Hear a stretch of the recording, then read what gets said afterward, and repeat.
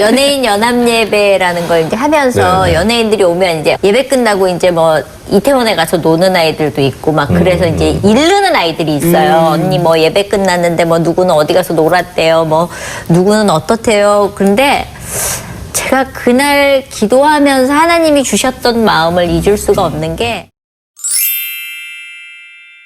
52살이세요. 김모모 씨. 저는 회사에 다니는 평범한 중년 남성입니다. 얼마 전 저는 감사하게도 장로가 되었습니다. 축하드립니다. 정말 축하드리네요. 김장로님 되셨네요. 네. 기쁜 나머지 주변 동료와 선후배들에게 자랑 삼아 장로가 됐다는 이야기를 했습니다. 그날부터 저를 대하는 주변 사람들의 태도가 달라졌습니다. 어떻게? 회사 사람들은 제가 술을 마시거나 욕을 하는 모습을 보면 믿는 사람이 왜 이래? 차, 저 믿는 사람이 더하네? 아이고. 라고 이야기하며 놀려댑니다. 처음 한두 번은 웃어넘겼지만 지금은 장로가 됐다는 사실을 괜히 밝힌 것 같다 후회가 됩니다. 물론 믿는 사람으로서 남들에게 모범이 되어야 하지만 주위 사람들의 눈치를 보다 보면 불편한 게 너무 많습니다. 지금보다 얼마나 더 모범적이게 살아야 하는 걸까요? 그러니까 이제 본인도 어렵다. 어떻게 보면 하나의 인간인데. 그렇죠. 아유, 인간은 무슨 인간이에요. 장로님인데. 아, 장로 인간이시죠? 저는 항상 생각하는 게 뭐냐면 예수를 믿는 것보다 안 믿는 게 쉬워요. 부모가 되는 것보다 안 되는 게 쉬워요. 결혼을 하는 것보다 안 하는 게 쉬워요. 사는 게. 근데 우리는 결혼을 하고 아이를 낳고 또 예수를 믿잖아요.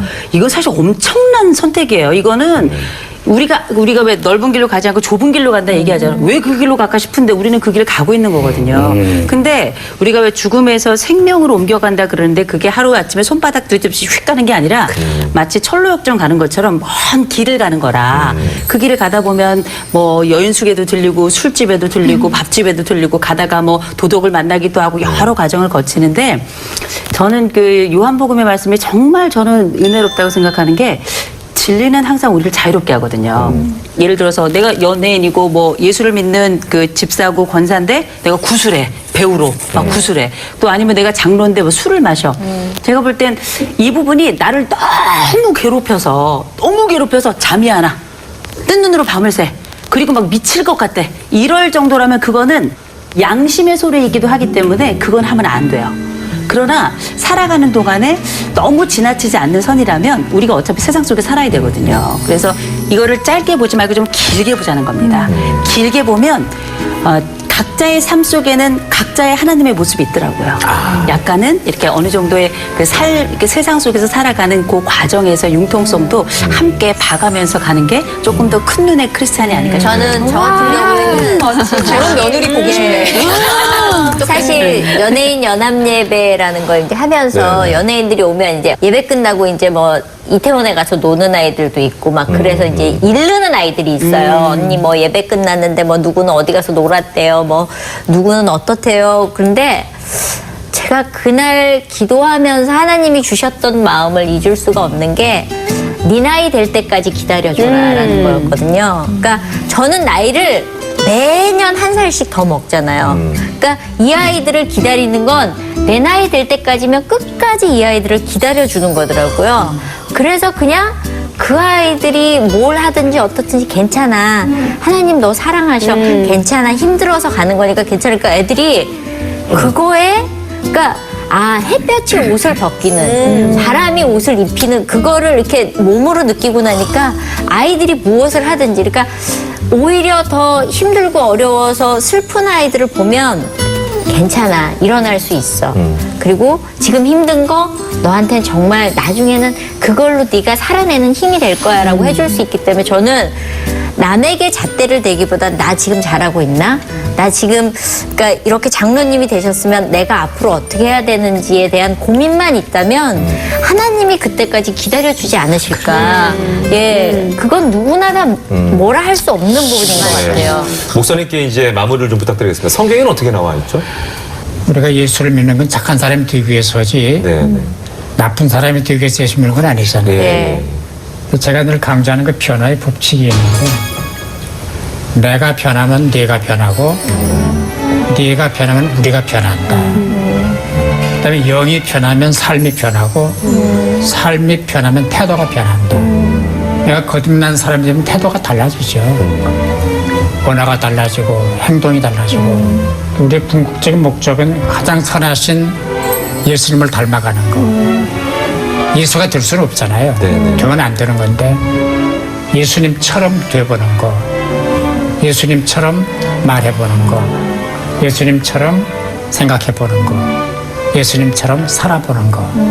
이게 우리의 궁극적인 목표가 아니겠는가 그런 생각을 합니다. 주의 말씀이 계시니 지극히 높으신 주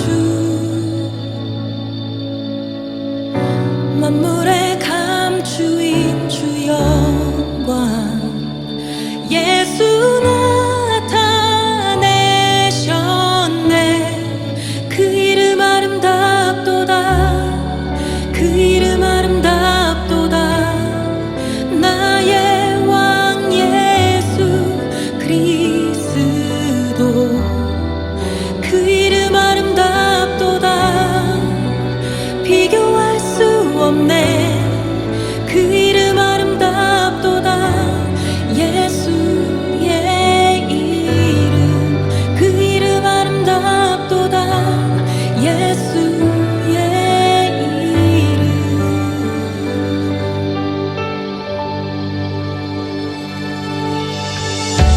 우리 위해 오신 주인의 하나님 나라 임했네 내 죄보다 크신 그 사랑 무엇도 끊지 못해 그 이름 경이롭도다 그 이름 경이롭도다 나의 왕 예수 그리스도 그 이름 경이롭도다 비교할 수 없네 그 이름 경이롭도다 예수의 이름 그 이름 경이롭도다 예수의 이름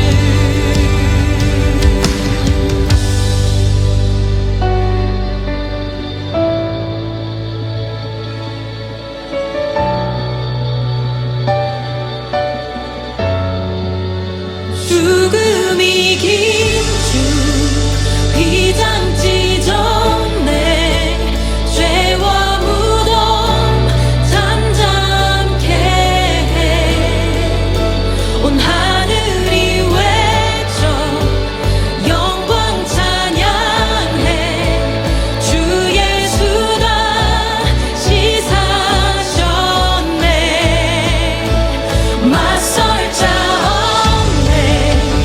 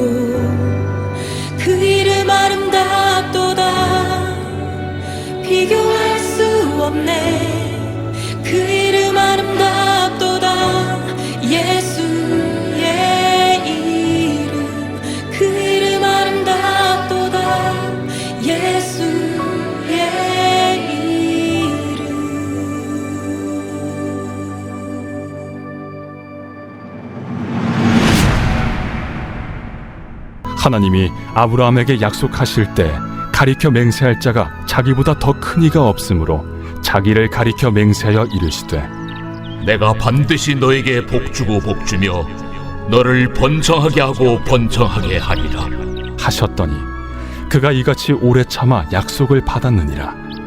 사람들은 자기보다 더 큰 자를 가리켜 맹세하나니 맹세는 그들이 다투는 모든 일의 최후 확정이니라.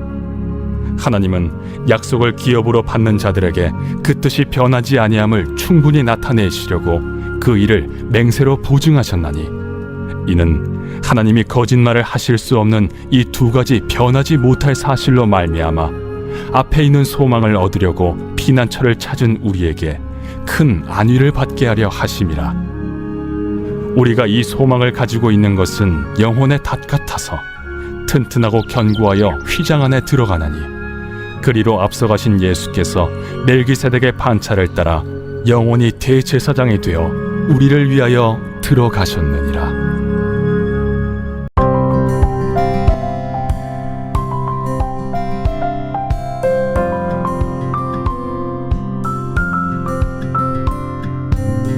우리가 두 번째로 생각해 볼 문제는 우리에게 주셨다라고 하는 그 소망의 내용이 무엇이냐 하는 것입니다. 그 소망의 내용을 한마디로 말하면 히브리서 6장 19절에 표현되어 있는 휘장에 들어가는 일이라고 할 수 있습니다. 휘장에 들어가는 것, 즉 그리스도가 휘장에 들어갔던 그 사건이 바로 우리 소망의 내용이라는 것입니다. 그렇다면 휘장에 들어갔다라고 하는 것이 무슨 뜻인지 살펴보도록 하겠습니다. 사람이 거하는 성소와 하나님이 계시는 지성소 사이에는 휘장이 있었습니다. 휘장으로 구분을 했던 것이죠. 하나님이 계신 곳을 지성소라고 하는데 이곳에는 오직 대제사장에만 들어갈 수 있었습니다. 그것도 1년에 딱 한 번 속죄일에만 들어갈 수 있었죠. 속죄일에도 오랜 시간 있지 못하고 짧은 시간만 머물 수 있었습니다. 그리고 제사장이 지성소에 들어갈 때에는 먼저 자기 죄를 위해서 제사를 드려야 했죠. 죄로 인해 자신도 죽을지 모르기 때문에 그렇습니다. 이처럼 지성소는 안일하고 평안한 장소가 아니죠. 하나님의 거룩과 하나님의 영광이 있는 곳이기 때문에 죄인이 자기의 죄를 회개하지 않고 제사를 드리지 않고 들어가면 그대로 죽어버리는 두려운 곳이었습니다. 인간은 왜 하나님이 두렵고 무서울까요? 네, 죄인이기 때문에 그렇습니다. 그렇기 때문에 인간은 두렵고 고통스럽지만 제사를 꼭 드려야 했습니다. 그런데 이 무서운 휘장을 주님이 치워주셨습니다. 십자가에 못 박혀 죽으심으로써 그 휘장을 가르셨고 그 속에 들어가서 단번에 제사를 드려주셨다라는 것이죠. 그래서 그 두렵고 무서운 하나님이 사랑과 용서와 자비의 하나님으로 바뀌셨고 하나님을 실로 나의 아바 아버지라고 부를 수 있게 되었습니다. 할렐루야! 이것이 우리의 참된 소망인 것이죠. 여기에서 우리가 반성해야 할 일이 하나 있습니다. 하나님이 우리의 구원자이시고 자비로우신 분이라고 하는 이유로 우리는 하나님을 너무나 만홀히 여길 때가 많습니다. 너무 건방진 태도로 하나님을 대할 때가 많죠. 하나님은 다 용서해 주시겠지. 네가 이렇게 적당히 믿어도 다 봐주시겠지 라고 생각하는 것이죠. 여러분, 이것 또한 잘못된 생각입니다. 하나님은 틀끝만 한 죄 하나도 못 견디시기 때문에 예수님이 십자가에서 죽으셨다라고 하는 사실을 아셔야 합니다. 죄를 그냥 넘어가시는 것이 아닙니다. 우리의 눈꼽만 한 죄도 견딜 수 없으셨기 때문에 독생자 예수를 죽이기까지 하셨던 분, 그렇게 엄격하신 분이 바로 하나님이십니다. 그런데 우리는 가끔 하나님을 너무나 만홀히 여기고 경망스럽게 대할 때가 많습니다. 우리가 하나님을 아빠, 아버지라 부를 수 있게 되었고 그분이 자비와 용서의 하나님이시긴 하지만 동시에 두렵고 떨리는 위대한 창조주요 능력의 하나님이신 것을 꼭 기억하셔서 주님 앞에 서는 그날까지 신실하게 진실하게 하나님께서 기뻐하시는 그 마음을 그렇게 끝까지 성령 충만함으로 함께 영광 돌리는 은혜가 저와 여러분들 가운데 임하게 되기를 예수님의 이름으로 축복드립니다. 기도하겠습니다. 우리를 위하여 십자가를 지신 주님, 우리를 위하여 십자가상에서 극심한 고통을 받으시고 조롱과 멸시를 견디시며 아버지 하나님께 버림까지 받는 극한의 아픔으로 절규하신 주님, 그 하나님의 무한하신 사랑에 감사드립니다. 그 사랑으로 우리에게 은혜의 하나님의 새로운 나라를 열어주시고 새로운 하나님의 나라에서 누리는 매일의 일상을 선물로 주셨으니 하나님의 나라의 백성답게 살아갈 수 있도록 이끌어 주시옵소서. 이제 우리 자신을 위하여 살아가는 삶이 아니라 하나님과 이웃을 위해 우리 자신을 내어주는 일상이 될 수 있도록 이끌어 주시옵소서. 십자가로 치장하고 십자가로 종교적 교양을 쌓으면서 문화 생활을 누리고 인맥을 넓히면서 심지어 십자가로 높아지고 권력을 취하며 십자가로 부를 축적하는 우리의 모습들을 회개합니다. 오직 십자가를 지신 우리 주님의 참뜻을 따라 우리도 십자가를 지고 우리 주님을 따를 수 있도록 우리를 이끌어 주시옵소서. 하나님께 영광만 구하는 삶이 아니라 우리 주님의 고난에 참여하는 우리 자신과 교회가 될 수 있도록 붙들어 주시옵소서. 넘쳐나는 교회의 십자가가 공예로 여겨지는 이 시대에 일상에서 예수님의 십자가, 그 고난과 참사랑의 십자가를 지며 오늘 십자가를 단단히 붙잡고 날마다 승리하며 우리 주님을 위해, 이웃을 위해, 우리 하나님을 위해, 이웃을 위해 매일 죽기로 결단하는 살아있는 십자가 백성들로 우리를 변화시켜 주시옵소서. 이 모든 말씀 우리 주 예수 그리스도의 이름으로 기도드리옵나이다. 아멘.